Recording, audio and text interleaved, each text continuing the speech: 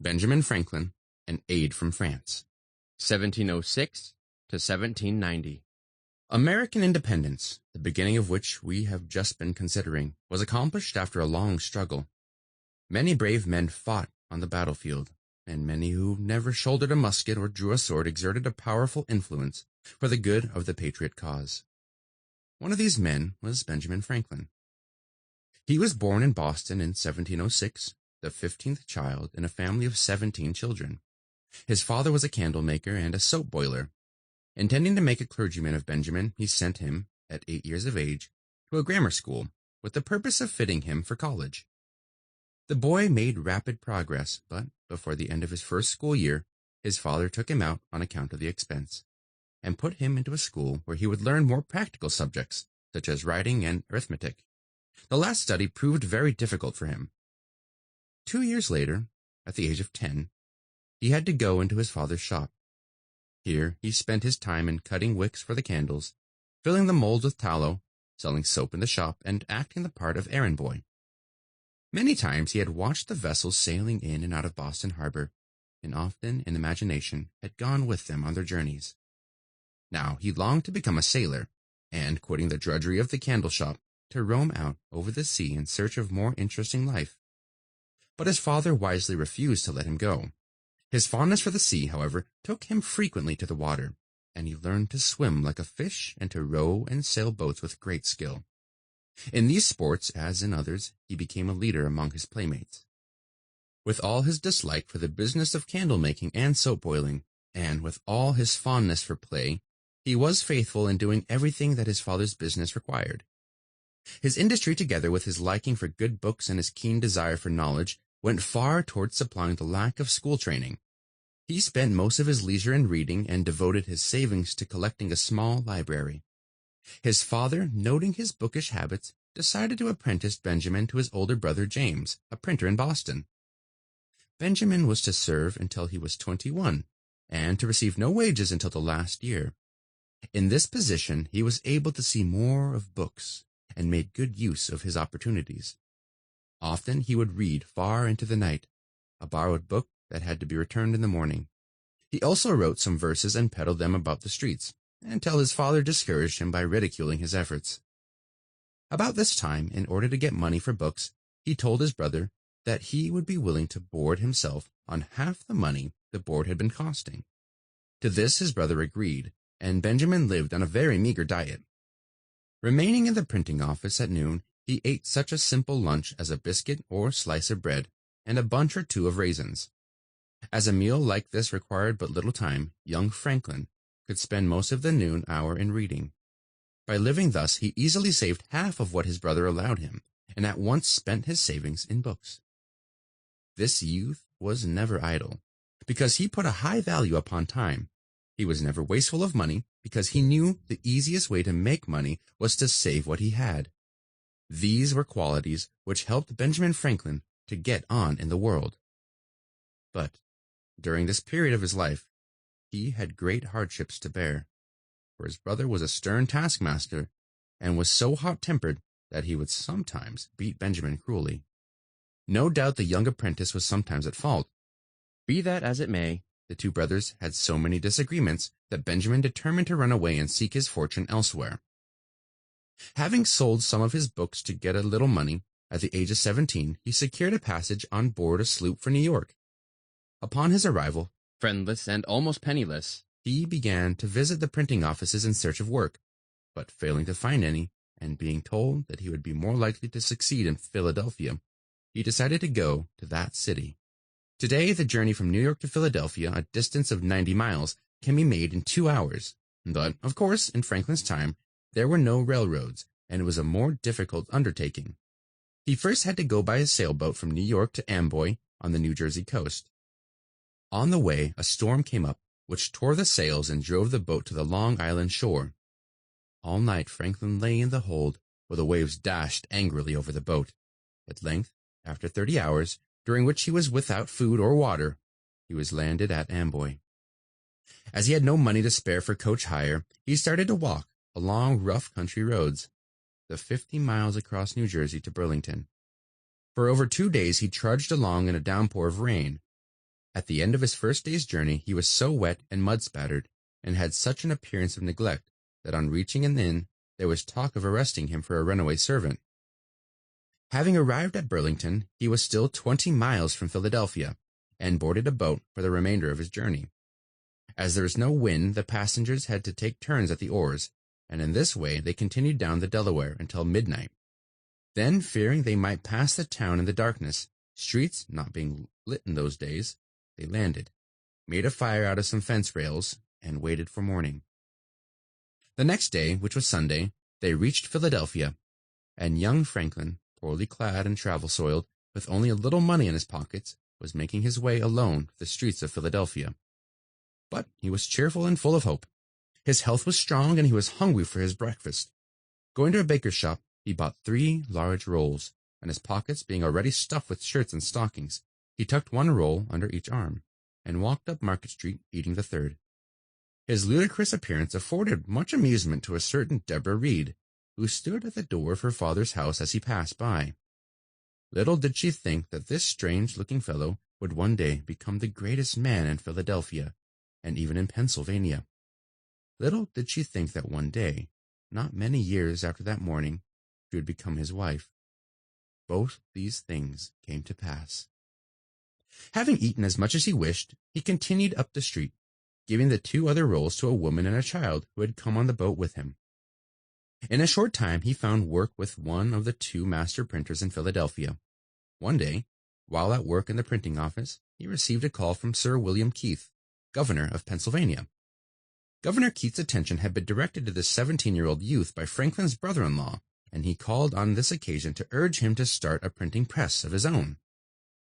When Franklin said he had not the money to buy a printing press and type, the governor offered to write a letter for Franklin to take to his father in Boston, asking him to furnish the loan.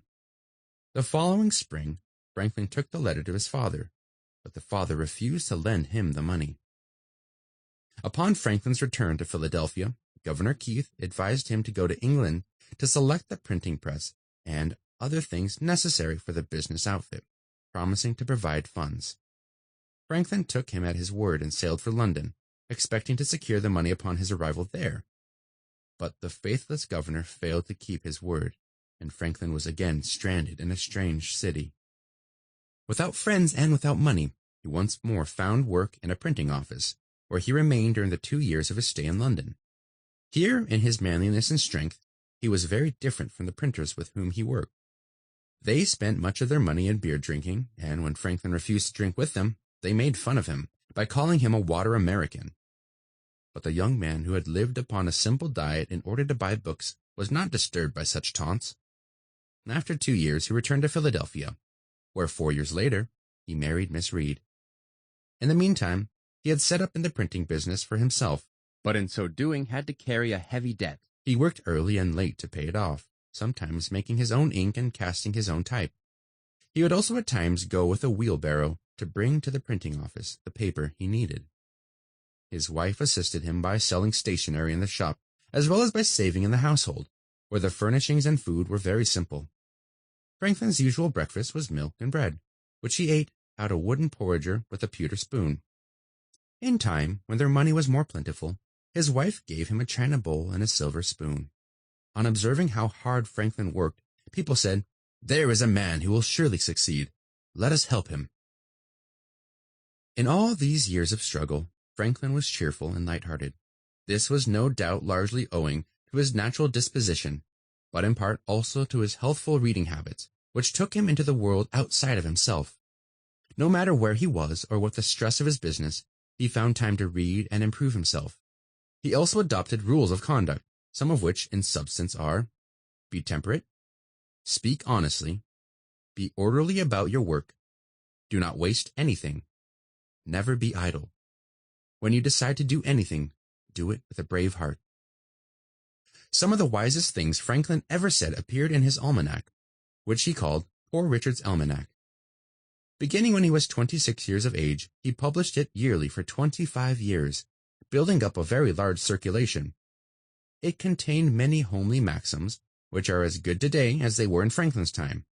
Here are a few of them. God helps them that help themselves. Early to bed and early to rise makes a man healthy, wealthy, and wise. There are no gains without pains. One today is worth two tomorrows. Little strokes fell great oaks. Keep thy shop, and thy shop will keep thee. Franklin always had a deep interest in the public welfare. He started a subscription library in Philadelphia and established an academy, which finally grew into the University of Pennsylvania. Having a decidedly practical turn of mind, he had great influence in organizing a better police force and a better fire department. He invented the Franklin stove, which soon became popular because it was so much better than the open fireplace. But the most wonderful thing he ever did was proving that lightning was the same thing as electricity. Before he made this discovery, men of science had learned how to store up electricity in what is called a Leyden jar. But Franklin wished to find out something about the lightning which flashed across the clouds during a thunderstorm. Therefore, making a kite out of silk and fastening it to a small iron rod, he attached it to the kite and to the iron rod a string made of hemp. One day, when a thundercloud was coming up, he went out with his little son and took his stand under a shelter in the open field. At one end of the hempen string was fastened an iron key, and to this was tied a silken string, which Franklin held in his hand. As electricity will not run through silk, by using this silken string he protected himself against the electric current. When the kite rose high into the air, Franklin watched intently to see what might follow. After a while, the fibers of the hempen string began to move, and then, putting his knuckles near the key, Franklin drew forth sparks of electricity. He was delighted, for he had proved that a lightning in the clouds was the same thing as the electricity that men of science could make with machines. It was a great discovery, and made Benjamin Franklin famous. From some of the leading universities of Europe, he received the title of doctor, and he was now recognized as one of the great men of the world. Franklin rendered his country distinguished public services, only a few of which we can mention here. More than 20 years before the outbreak of the Revolution, he perceived that the principal source of weakness among the colonies was their lack of union. With this great weakness in mind, Franklin proposed in 1754, at a time when the French were threatening to cut off the English from Ohio Valley, his famous plan of union. Although it failed, it prepared the colonies for union in the struggle against King George and the England Parliament. 10 years after proposing the plan of union, Franklin was sent to England, at the time of the agitation over the Stamp Act, to make a strenuous effort to prevent its passage. He was unsuccessful in accomplishing this mission, but later did much toward securing the repeal of the Stamp Act. Returning from England 2 weeks after the Battle of Lexington and Concord, he immediately took a prominent part in the Revolution. He was one of the 5 appointed as a committee to write the Declaration of Independence, and during the discussion over the remarkable state paper, it was he that said, "Yes, we must indeed all hang together, or assuredly we shall all hang separately." After the signing of the Declaration of Independence on July 4th, 1776, he was sent to France to secure aid for the American cause. The French people gave him a cordial reception. There were feasts and parades in his honor. Crowds followed him on the streets, and his pictures were everywhere displayed. The simplicity and directness of this white-haired man of 70 years charmed the French people, and won for him a warm place in their hearts. On one of the great occasions, a very beautiful woman was appointed to place a crown of laurel upon his white locks, and to give the old man 2 kisses on his cheeks. All this was a sincere expression of admiration and esteem. He did very much to secure from France the aid which that country gave to us. He indeed rendered to his country services whose value may well be compared with those of Washington. Franklin left France in 1785, after having ably represented his country for 10 years. All France was sorry to have him leave. Since it was hard for him to endure the motion of a carriage, the king sent one of the queen's litters in which he was carried to the coast. He also bore with him a portrait of the King of France, framed in a double circle of 408 diamonds.